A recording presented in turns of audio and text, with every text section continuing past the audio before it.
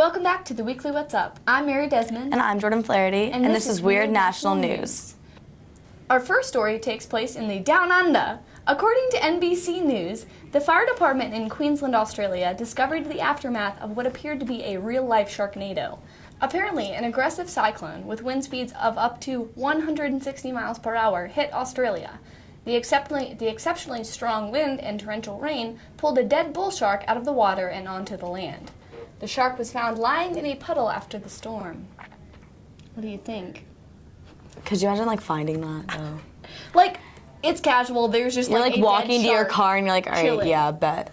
How did that get there? How big are bull sharks? I mean, this one was pretty good. It was probably about, 5 feet. So, the size of me. Yeah, about you. Just like me in a puddle. There. Yeah, Jordan in a puddle. No, imagine if, a drunk person walked up and saw this. There's a shark. You know, they'd probably take it home. I would probably. Kleptomaniac, with a shark. I need this. Stealing it. I need to bring it home. I feel like that's me. On someone's Snapchat story with the dead shark. What's up? I found this shark. No. Get your act together, Australia. What's happening? Nobody knows what goes on down there. Who knows? Down under. Oh my. In other news, a cat that went missing in Denver last June turned up at a construction site this week in Dallas. According to NBC News, Harvey the cat was missing for 9 long months, only for him to turn up 794 miles away. The construction workers found Harvey stuck in a 25-foot hole at their site.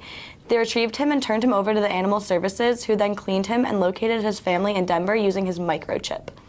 Harvey's owners flew to Dallas this weekend to bring him home. Harvey. So 9 months and 700. Okay, but if he had the microchip, miles. why couldn't they just use the microchip to find him in the first place? I don't know. I wonder, is this fake news? No, fake news. Maybe people were just kind of dumb. Maybe they're just oh, well, he's gone now. Or maybe he got somewhere where he couldn't be detected. I don't know, Harvey. But Denver to Dallas. True. That's wild. This cat was on a rampage. Yeah. That's a hiatus right there. Takes 9 months to walk from cats are crazy, but this Denver to Dallas. You need to get it together, Harvey. I feel like you're reckless. I mean, not to be mean, but I feel like after 9 months, you kind of get over it. Yeah. You kind of get yourself over it, and then they're like, oh, we found your cat. You're like, all right. I have a cat? Oh, that's right. The one that I grieved and mourned over because I thought for it was 9 dead. months. No, cats are freaking crazy. One of my cats, it'll go off on tangents in the summer and it'll be gone for 3 weeks. I was like, are you good? But it's a lie. It'll come back and we're just cats are wild. We're dead. Yeah. So cats are wild. Dude, cats they out here wilding. Oh my. Oh my God. Oh my God. This next story might make you hungry or nauseous, either one. According to the Huffington Post, an engineer from California made a ham and cheese sandwich, but he sculpted it into the shape of Vin Diesel. The sculpture features Diesel's telltale pectoral and arm muscles and even has little plastic eyes attached. I actually love Vin Diesel. Would you eat the sandwich or would you just fawn over it? I'd probably eat it. I ate Vin Diesel today for lunch. He was tasty. I had him with a Coke on the side. Right, food is food. I'd probably eat him. Oh my word. You're an engineer, go 3D print something. Don't make a Vin Diesel out of ham and cheese. Did he cut it or did he chew it? He literally cut it. Oh. It would have been more impressive if he chewed it. No, that would be. That's something you'd find in I could dig it. Walmart, a Walmart parking lot. Someone just I feel like that could be one of those boxes that you buy at Walmart, chew your. Stop, chew your own Vin Diesel, or on this As Seen on TV thing, a Chia Pet kind of, but ham and cheese. I need to stop off on something. There we go. All right. On March 15th at a McDonald's in Florida, an employee jumped out of the drive-thru window to save the life of an off-duty police officer. According to the Huffington Post, the woman was barely breathing at the drive-thru window. She lost consciousness and the car began to roll away from the drive-thru. This is when the employee knew he had to do something. So he jumped out of the window and put himself in front of the car and told her 2 kids to call 911. When other people saw this, 2 came to help who happened to be a paramedic and an off-duty fire rescue member. They helped the woman until rescue units arrived. The McDonald's employee is now being called a hero by many. Not all heroes wear capes. Yeah, right? Some wear McDonald's visors. Yeah, no, there's a video of him, like, jumping out the window. And, like, you don't even see the car. You literally just see him, like, Oh my launch. word! I was like, all right, bye. This is, how is this real? How are stories like this real? I don't know. Like, just crawling out of, like, that's a hero right Yeah. there. Like, putting his life on the line. To say, That's like, wild. No. Like, I feel like no one at McDonald's do do that you think for she me. got her nuggets? No. I don't. I just, like, I want her I don't think she want did. to make sure that she got her nuggets somehow. Somehow. Somehow, some way. Or, like, if he jumped out, did he have the bag with him? Like, gotta make sure she gets her food. Just brings it. My pleasure. Well, folks, that sums up this week's episode of Weird National News. But when we come back, we will have Alec Holcomb and Rachel Schneider with Get Woke Weekly. So stay tuned.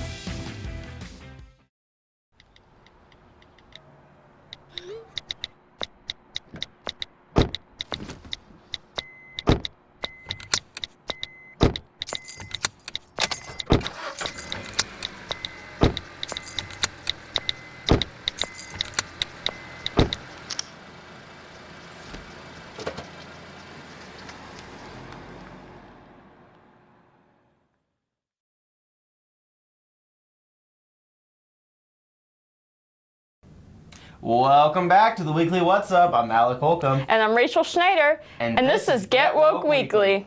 So this week, since April Fool's was this past Saturday, we decided that we are going to talk about the best pranks that happened over this year.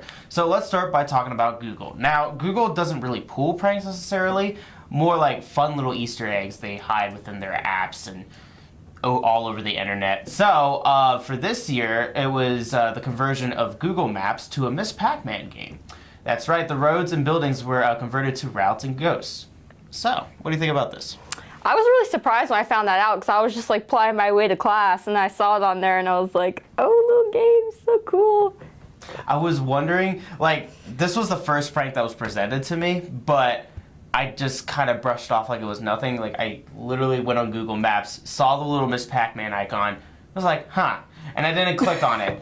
Like, that, I didn't realize it was April Fool's, and nothing occurred to me, and I just kind of forgot. So, I don't know. This is an all right one. They did something similar to, like, when they made the Google screen, like, on the, right when you open it up, they made that into Pac-Man. Oh, And I yeah. thought that was 10 times cooler, because was I in high school for that? I'm not sure. I don't Yeah. even remember anymore. I'm old. Back in the day. Back in the good old days. Yeah. Also related to Google, the company parodied the Google Home device with a fake commercial for the Google Gnome. Similar concept, but for outdoor use.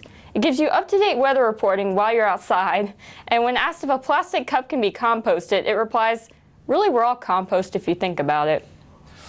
That's deep. I didn't even know about that one. Yeah, I didn't expect that from Google, but Google, you dark. What are you doing? Why? Why? who hurt you? Are you okay?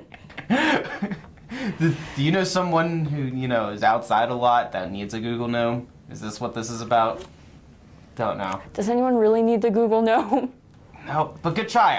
I appreciate the effort. Now, my personal opinion, one of my favorite pranks turned out to be an anti-prank. Let me explain. Rick and Morty became one of the most popular shows in television in 2015. Not only does the show have both crude and smart humor, but people have come to enjoy the show due to its surprisingly good story. On October 4th, 2015, Rick and Morty's second season came to a close, with no information on season 3. Now, almost 2 years later, we still haven't got information about the new season up until now. What's the best April Fool's prank that the crew of Rick and Morty can do? Release the first episode for season 3 as a surprise. Ooh, very nice anti-prank right there. I don't get it. It's like we bug them enough, and then we finally get what we want. I'm just so happy about this. It's ultimate trolling. I've never watched Rick and Morty, but I've heard pretty good reviews of it, so I've been thinking about giving it a try. The first 2 seasons are up. First episode, season 3. I will say that this is very, very funny to me because no one saw this coming. Like, it was, if you looked on like time blocks of scheduling for the shows, no Rick and Morty popped up whatsoever. And then they just plop it on air. And no one knew what, like, They were just shocked, like there was nothing else to it, and the internet blew up overnight. That's awesome. I can really appreciate the guys who make this show, so good for you guys. Hold me. Very nice, very creative. Snapchat absolutely dragged Instagram with their April Fool's Day filter. The app took a jab at Instagram and Facebook, who have been copying Snapchat's features, by creating a filter that looked just like an Instagram post. I did not know about this. I don't use filters. I'm sorry. When I update people on my life on Snapchat, I just don't use filters. I don't see the point of it. I'm getting stared down, but it's fine. What do you think about? Did you use the filter? I enjoy the filters, so I was just kind of scrolling through them, and I saw it, and I was like, okay. I didn't think much of it, but I think it is clever considering Facebook and Instagram like to copy Snapchat a lot, especially with the stories. Oh I don't my God, really see the stories point. Are getting really annoying right now. Like, why does Messenger have a story? Yeah, really not necessary. There's no point. Like, you had to update 4 different apps for one that you could possibly do on Snapchat. That doesn't make, no, why? Yeah, come on, Facebook, get together. Well, that's all we have for this week. But stay tuned, because up next we have Gretchen Kernbach and Jeremiah Marnie. Maddie, congrats on paying off all those student loans. Finally, right? How'd you manage that anyway? I started tracking my spending, changed a couple of habits. Wow. I'm kind of living paycheck to paycheck right now. I don't even know how I'm doing it. Well, have you tried saving a little? I want to, but where's that money gonna come from? Bill collectors, they're the worst. Am I right? When it comes to financial stability, don't get left behind. Not home. Get tools and tips for saving at feedthepig.org. Welcome back to Weekly What's Up. I'm Gretchen Kernbach. And I'm Jill Marnie. And this is Fact or Fiction. The Associated Press reports that remains of an ancient whale-like creature have been discovered by an excavation team in Egypt. The bones were located near King Senufru's Bent Pyramid, south of Cairo. So what does this mean? Archaeologists are trying to put the pieces of the underwater creature together right now. But does this mean that Egypt was once underwater? So Jill, what do you think? Did they find a whale-like creature? Did they find something else? I don't know. I mean, like, honestly, I think that if they did find a whale creature, if, how they, figure out how dinosaurs, the way that they looked, if they find out that the whale was somewhat cute, I'd say that that's a win. But if it turns out that it was another animal, as long as it's cute, I think it's all good to go. Well, that makes sense, but actually not almost the entire, part of this story is indeed fiction. It was actually the remnants of an ancient pyramid that's dated back to 3,700 years ago. So archaeologists did uncover some new structure pieces. It's still being excavated, but I think that could be really interesting for historians and whatnot. Yeah, no, that's really neat. So former Friends cast member Matthew Perry revealed on Jimmy Kimmel Live the other night that apparently while attending a Canadian elementary school, he and his friend Chris Murray beat up the current Prime Minister of Canada, Justin Trudeau, who was in 5th grade at the time. Perry laughs about it now, saying that he was a stupid kid at the time, and Trudeau was probably the only kid that he could beat up in a fight. Later, Trudeau took to Twitter and challenged Perry to a rematch with good humor, claiming that Chandler has a very punchable face. So what do you think, Gretchen? That's so random. Right? I can't even wrap my head around that. The fact that those two went to school together too. I think it's always really cool when you find out that different stars actually attended school together. And obviously one went into politics and then he went into acting, but I think that's really cool. It's just it's such a small world. Oh my God. And I didn't know that Matthew Perry was Canadian. I feel like there's a lot of secretly Canadian celebrities, and they don't want to say it because once you find out they're Canadian, it's just all their credibility is lost. Sorry, Canadians. Well, it is happening. It's actually happening. Comedy Central has announced a new weekly late-night series about our very own president titled The President Show. The series will star notable Trump impersonator Anthony Adamanowicz as he hosts desk segments. This poke at Trump will debut on April 27th following The Daily Show on Thursdays at 11:30 p.m. You think this is fact or fiction? It has to be fact because, oh my God, there is just so much content, so much comedic material that SNL could not cover all of it. So of course they had to make a separate show. But just the fact that they do have to make like a separate show for our president, whoop. I know. So this is real. This is happening. Like April 27th, tune in to Comedy Central. I can't wait to see what kind of material they will put on this. And it is like also like it's always fun to poke, fun at the president. SNL's always been doing it with their first sketches, throughout their years on TV and stuff. But just the fact that we're having one show dedicated to Trump is just a whole new level of extra. Oh yeah, most definitely.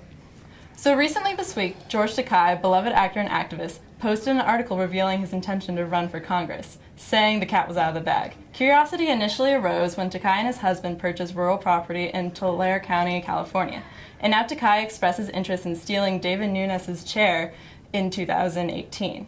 Not only has this reveal caused a firestorm of excitement on the internet worldwide, but many celebrities were very quick to offer their endorsements, such as Mark Ruffalo, Casey McKinnon, and Carl Weathers. I don't know what to think, so you just need to go out and just say it. Fact or fiction? Fiction. It was an April Fool's joke, and a very cruel one at that, because I do think that George Takei would make a very good congressman. And since, Donald Trump is a celebrity, might as well just integrate a couple more. Honestly, no, that's so true. I feel like people could have thought this was real just because, our president's like a celebrity. Might as well make other important people. Other celebrities have important positions in Congress or any other political spot. Mm-hmm. That's just crazy. Well, that sums up this week's episode of the Weekly What's Up. So stay tuned for next week's episode. Wow. I know. So we broke down the first question and started killed it. I thought I was so. I thought I was. Oh my god. Go back. Graham cracker. Dude. There weren't enough bloopers last week, y'all. I couldn't even. Oh man. You guys suck for not sucking. Alright, you guys look good? What am I talking about? You guys always look good. Naked. Non-existent. Floating head and Maybe I should. I was actually gonna wear Alright. Alright, kids. So, do I have to?